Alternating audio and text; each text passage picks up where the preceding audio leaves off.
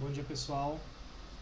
Esse vídeo vai esclarecer as respostas presentes no exercício de programação web na lista que foi passada no projeto cliente-servidor, na apostila cliente-servidor. A primeira comando diz: existem 6 tipos básicos de valores no JavaScript. Vamos relembrar quais são? Number, ou número, string, que é uma cadeia de caracteres, booleanos, que são os booleans, o valor verdadeiro ou falso, objetos, funções e valores indefinidos. Então a questão certa seria a letra A, que é a alternativa correta desse comando de questão.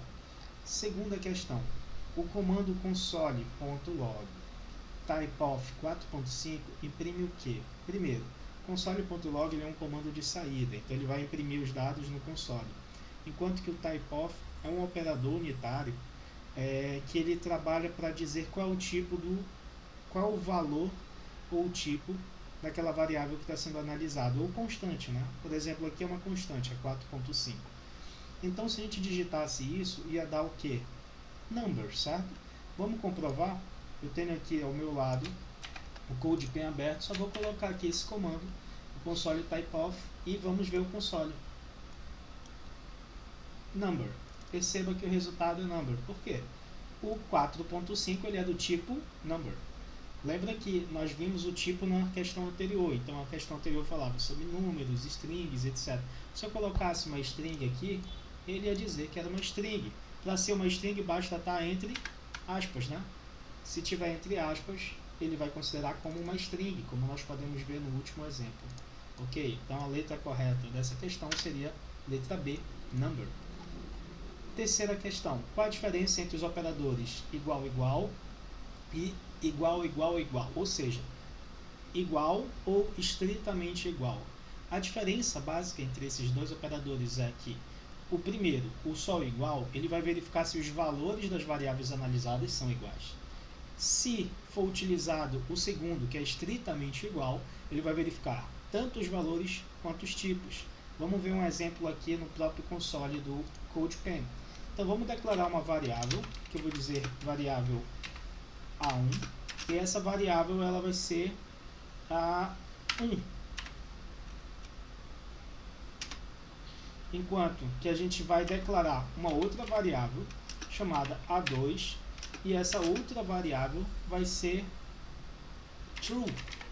Ou seja, tipos diferentes, pessoal? Nós temos primeiro uma variável que ela é do tipo número, e a segunda variável ela é do tipo booleano. Então, vamos verificar agora o que acontece se a gente colocar em console.log e verificar os tipos dessa variável. A1 é igual a A2. Qual é o resultado que dá no console? Perceba o resultado lá no console, pessoal. Vai dar true no console quando foi executado.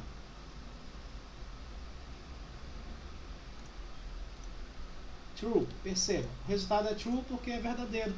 A1 é igual a A2. Pessoal, o valor 1 e true para o JavaScript basicamente representam a mesma coisa. Então é uma condição verdadeira. Se eu colocar 3 iguais, perceba que vai dar falso. Falso. Por que falso? O falso é justamente porque o 3 iguais simboliza ser estritamente igual. Então ele está verificando o valor. O valor, no caso, 1 e true, são verdadeiros, os dois. Porém, o tipo, que é a segunda verificação do estritamente igual, não batem. Então, um tipo é booleano e outro tipo é número. Consequentemente, o que acontece? Ele vai dar falso. E na primeira condição, quando eram só dois iguais, o valor era verificado, somente o valor. E como o valor 1 e true, o JavaScript são a mesma coisa, ele dava como verdadeiro. Então, a opção correta dessa questão seria a questão C, a alternativa C. O primeiro é um operador de comparação de valores e o segundo é uma de comparação de valores e tipos. Certo. Vamos para a quarta questão. O que o comando console1 interrogação, olá, dois pontos, hello, imprime. Bora colocar ele aqui na tela e ver. Mas antes da gente colocar no CodePen, lembra que a gente está falando do operador ternário nessa opção. Então o operador ternário, essa condição truncada de operador ternário, ele vai verificar primeiro, antes da interrogação, uma condição. Então lá está 1. Lembra que em JavaScript aquilo quer dizer verdadeiro.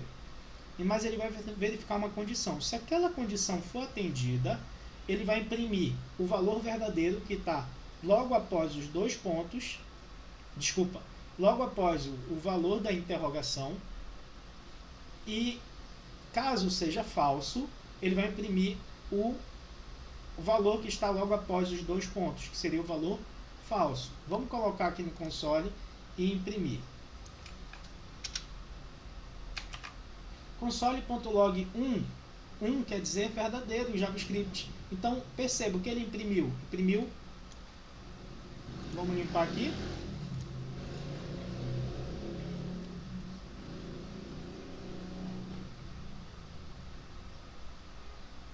Ok, só esperar ele imprimir. Bom, se ele não está imprimindo, a gente pode resolver assim. Vai em comportamento e coloca para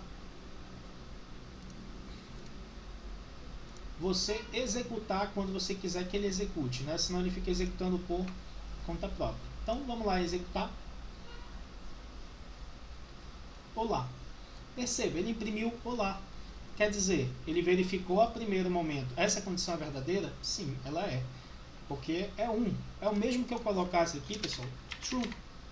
Exatamente a mesma coisa. Então ele também colocaria, imprimiria olá, se eu colocasse true. Olá, perceba, imprimiu duas vezes. Agora, se eu quisesse imprimir o hello, eu deveria colocar uma condição que é falsa. Ou eu posso colocar false ou zero. Se eu colocar false, ele vai imprimir o hello. Perceba.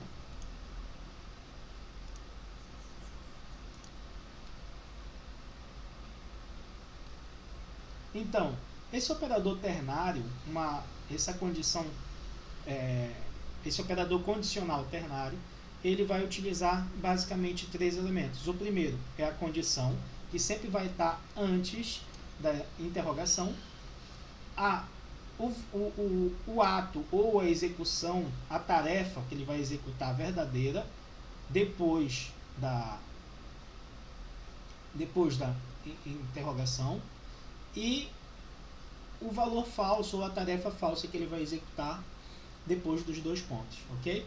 Então, se a gente for analisar qual seria o comando que seria impresso, olá, a alternativa A é a alternativa correta. Quinta, o que o comando console.log 6 mais 1 imprime? Pessoal, essa daqui ela foi feita mesmo para tentar te enganar. Lembra, o mais ele é polimorfo, então ele tem duas funções na linguagem JavaScript, em Java também funciona da mesma maneira. Ora, ele vai trabalhar para adicionar um valor, né, fazer a adição. Ora, ele vai trabalhar para concatenar valores. Perceba, se isso aqui fosse 6 mais 1, simplesmente só 6, sem estar entre aspas, ele ia dar o valor, o retorno 7. Porém, como o valor está 6, mas entre aspas, o JavaScript vai considerar esse valor uma string. Então ele vai pegar uma string mais um número, o que ele faz? Ele concatena.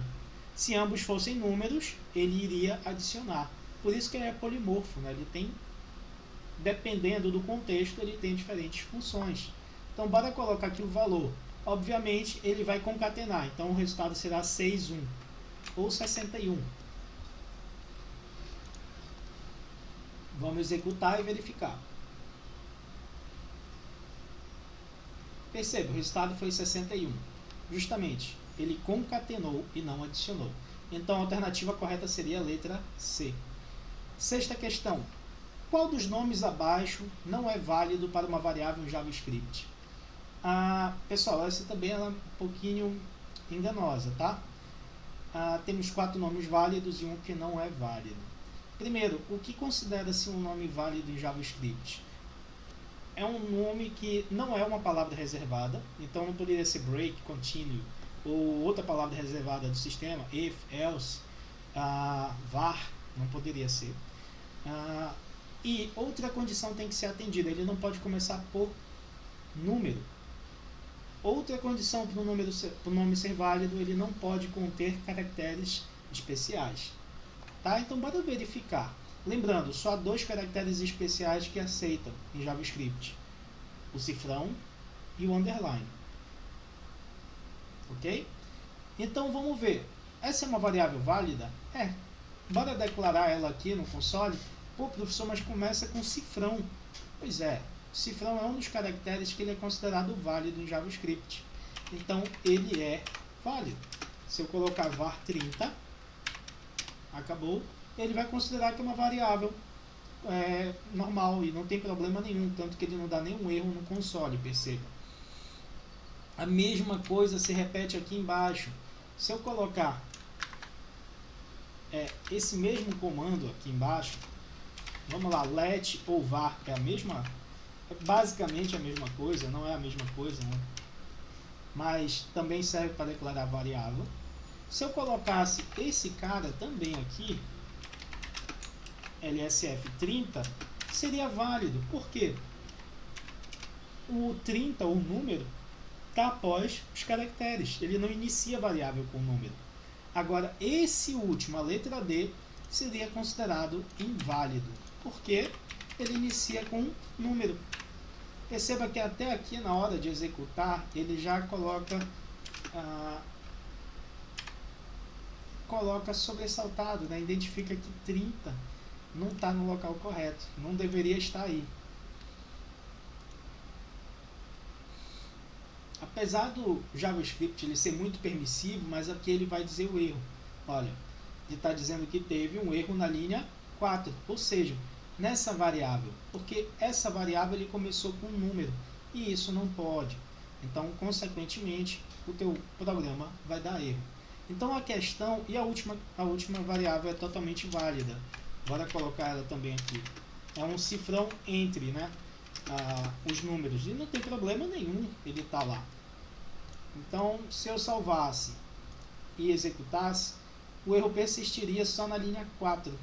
Só na linha 4, tá, pessoal? Apareceu 2 erros, mas é porque eu ainda não tinha limpado o console. Agora vai aparecer só um, ó, só na linha 4.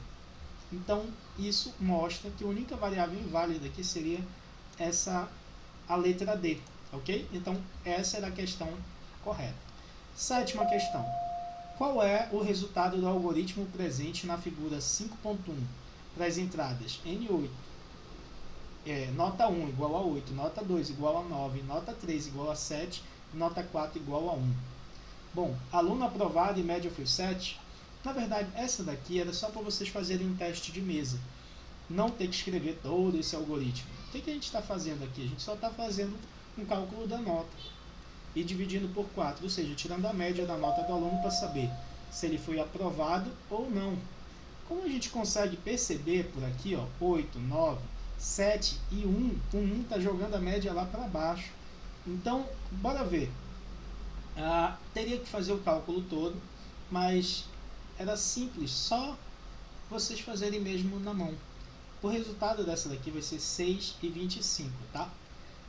Mesmo que ele tenha tido uma nota ruim, mas a média entre 8, 9, 7 e 1 vai ser 6 dividido por 4, vai ser 6,25. Então o resultado dessa questão era a letra B. Aluno aprovado, a média foi 6,25. No mais é isso.